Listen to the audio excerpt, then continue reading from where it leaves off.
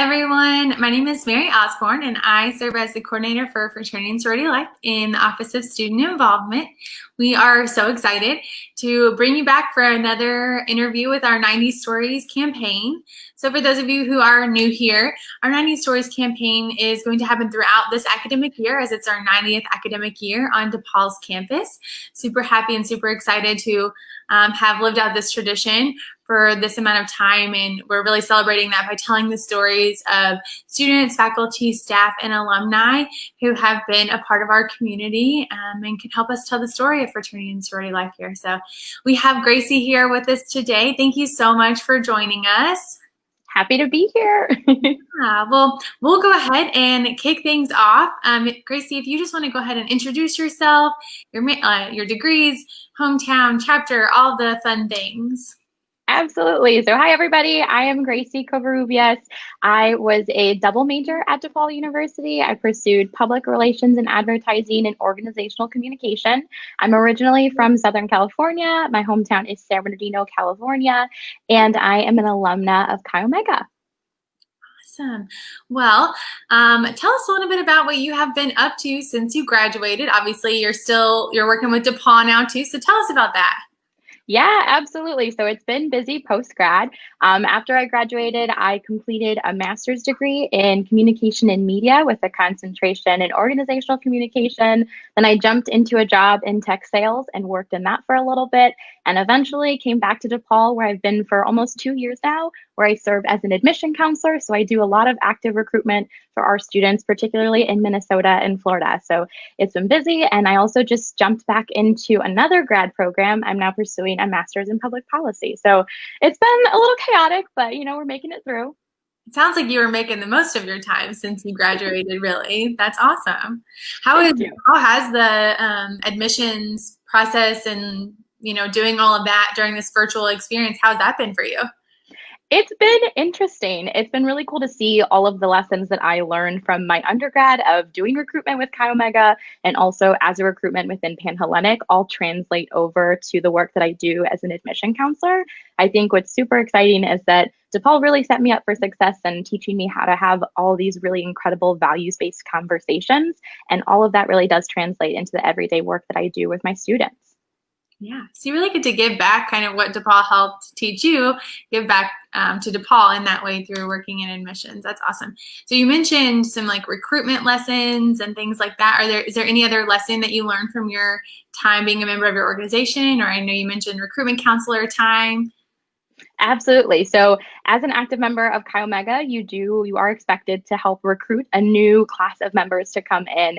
And that's always such a joy, such a delight, because not only do you get to work alongside your sisters, but you are also getting to know so many different people. You're learning how to talk to people, how to really develop engaging values-based conversations. I think the older I get, the more I realize how many people out in the world don't actually know how to have really deep and vulnerable and values-based conversations. And what was so exciting to me is that was really at the epicenter of everything that we did at DePaul. It was always about trying to get to know the person in front of you, always digging past those superficial layers and beyond that surface level, and having those intentional conversations to get to know who they are and helping them find their place. And I get to do that every single day with the work that I do with my students, and really helping them see what type of community they're looking for, what types of values they want in a university. And those are all lessons that I learned from my time in Chi Omega and also as a recruitment counselor. And I think even beyond that, on the flip side of that, when you're in a chapter, you really do learn how to work with people from all sorts of walks of life and really respect them, even if you have disagreements, even if you don't always see eye to eye. I think there's always this conception like, oh my gosh, you're gonna be best friends with everybody. You're gonna have amazing friends in your chapter, but there's also gonna be people that you might not be as close with, but you're still gonna work with them on a day-to-day basis. You're gonna collaborate on events. You're really going to be a team. And what Chi Omega taught me was how to work collaboratively on that team and understand that at the end of the day, it's our values bring us here together, and it's our values that are going to encourage us to accomplish our tasks and to really get stuff done. Yeah, I absolutely love that you talked about being able to have those values-based conversations. That's probably one of my favorite things about my everyday job too, is getting to have those conversations with student leaders. But I think that I was probably one of those people when I came to college that wasn't great about having in-depth conversations. And yeah, I totally agree that that's a skill that you develop, and that's a lesson I also learned during my time in Delta Zeta. So thank you so much for sharing that. Of course. So you told us a little bit about the lessons you've learned and the things that you learned from your experience. What made you decide to join a sorority in the first place? Tell us about your recruitment process and all of that. Yeah, so I always knew that I wanted to be part of a community in college. I didn't quite know if that was going to be Greek life, if that was going to be another club. And once I got to DePaul, I started kind of meeting people. And it was actually my Chicago quarter mentor, her name is Christina Pouliot, who convinced me to kind of go through recruitment process. She is also coincidentally a Chi Omega. So it was really special to kind of go through the process and at the end be able to call Christina a sister. But what I noticed about her and so many other women that I met throughout that recruitment process at DePaul was that I was always so impressed with them. These were the type of women that I dreamed of being. They were the type of women that were involved in things that I wanted to be involved in. And I noticed across the board in every organization, in every chapter room, I saw people that excited me and that had all these incredible paths and that I identified as role models. And I said, I want to be part of that. So I went through the recruitment process, and it was really great to meet people and to have those conversations and start to sort out which community was going to be the best fit for me. I think DePaul does a really good job of having conversations that really help you kind of dig deep and figure out what you're looking for in an organization and what you're looking for in a community that's hopefully going to empower you and help you accomplish everything you want to in college. Yeah, for sure. We talked a lot about role models in that. So who has made an impact during your sorority experience? So many people. I feel like it's hard to just name one. Of course, there's Christina, who is the person that inspired it all. But beyond that, I would say my grand big and my big, Molly McVeigh and Maria Chavez, are probably the two people that really steered me in the right direction and kind of in an amazing way altered the course of my life. And that sounds pretty crazy to say, but it's so true. They really were not only role models, but people that consistently empowered me. Both of them are probably the fiercest women that I know. They're both educators and so passionate about justice work. And I remember clear as day being a freshman and Molly and Maria sitting me down and saying, hey, we think you should apply for a service immersion trip here at DePaul. And if you're not familiar with those are community service-based trips that DePaul does through our Division of Mission and Ministry. And they are amazing. They really teach you about justice work, service, and both Maria and Molly had actually been on a trip. So they saw something in me that I hadn't yet seen in myself. And it sounds silly, but that application completely changed my life. I ended up being accepted into a service immersion, and that really lit a fire in me. And I came back to campus and became very involved with justice work, with our Community Service Association, and really just dove in. And that's led me to the work that I do right now, to my passion to pursuing public policy. And it was all because Maria and Molly saw something in me that I couldn't yet understand, and they helped kindle a fire in me. So I owe them so much. And so many of the other women in my chapter were really just incredible role models that showed me pathways I didn't even know were possible. So even just to be around so many people living life in such different ways and pursuing their passions and dreams was always so incredibly inspiring and reminded me to kind of consistently seek more and to want to do more and to ask questions and to do informational interviews and want to learn more to uncover what possibilities are out there. Yeah, absolutely.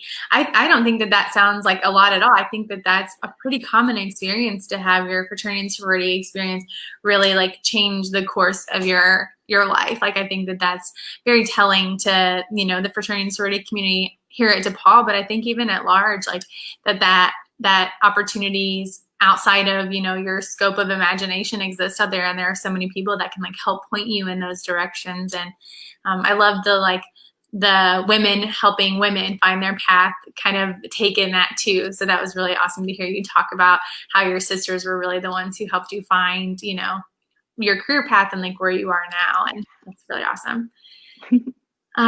So what is your favorite value of your organization and why?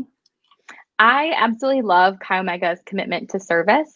So every Greek organization has a philanthropy that they work with, and everyone has all sorts of community service requirements. But I really do adore how Chi Omega takes that to heart and is consistently asking you to be a helping hand and to think critically about how you're interacting with yourself, your community, the community that you're part of within the city of Chicago. And that to me was always something that was so incredible because it reminded me that yes, we are a group of women here to empower each other, but we're also here to contribute to the greater good.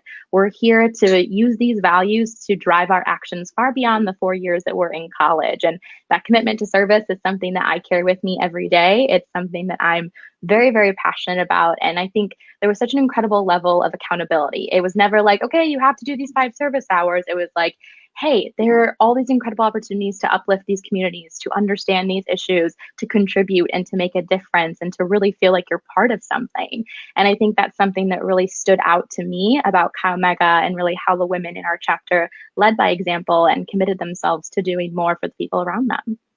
Yeah, absolutely. Well, and it sounds like you started really taking interest in that value from the very beginning with the service immersion trip, and it's really wonderful to hear you talk about how that's carried into, you know, your professional career and life afterwards. And I think sometimes we take advantage of that service, or maybe we don't take advantage of the service oriented aspects of our organizations when we're in college. But I think looking back, you can really see how that commitment can really like help you chart a more service oriented postgraduate life as well. Absolutely. And I think what Chi Omega and just Greek organizations do in general is they help you build these habits of thinking critically of how are my actions impacting other people? What can I do to commit to doing service on a quarterly basis? Is it going on a service immersion? Is it working with an organization on a weekly basis and really thinking big picture? And those habits that I spent 4 years building are habits that are pretty much ingrained in me now. And boy, are they good habits to have and habits that I'm really proud that I'm able to carry on into my everyday life. That is a really great point. I'm going to steal your little part about habits in my one-on-ones with my chapter leaders too, because I think that that's a really good way to like frame the fraternity and sorority experience. So thank you so much for giving me some additional advisor coaching advice.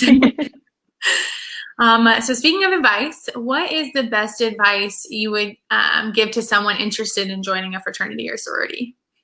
Absolutely. I think you need to be open-minded. I will be super honest. I don't think I was as open-minded as I could have been throughout my process. I think I definitely came in with a couple of preconceived notions of like, oh my gosh, like maybe these women are all just Instagram stories and, you know, like, is there depth there? Because you see so much in the media about what Greek life is. And I think DePaul, I mean, we definitely have things that we can grow on, and there's so many things that we can continue to be held accountable for. But what I really love about our Greek life is that it's so rooted in community and uplifting each other and empowering one another.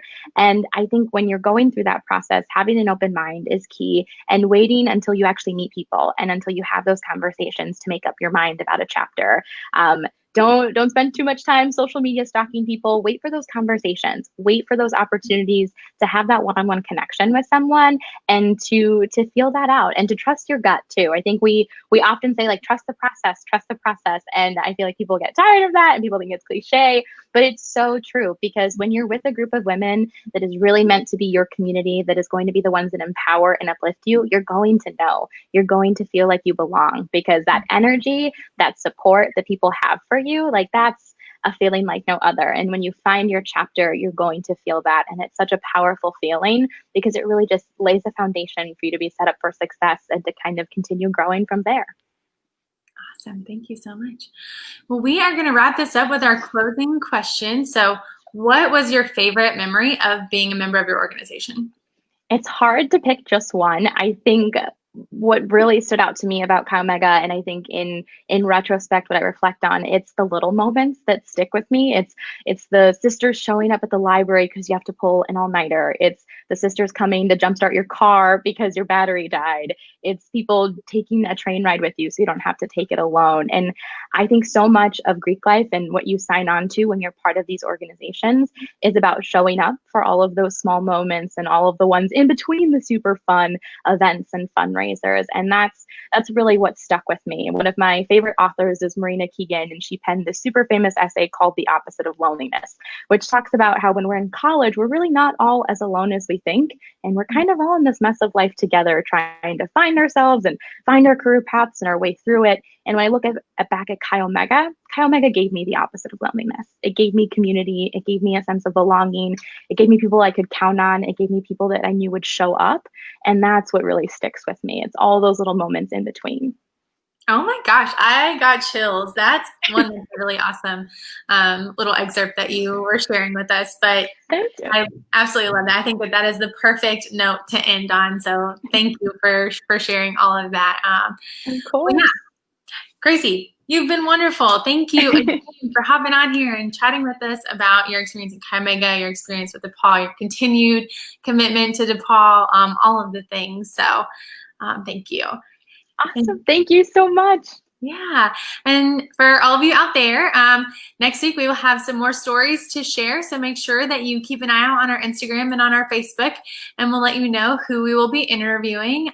We'll be doing this all year, so come back and check it out. Thanks again, everyone. Bye.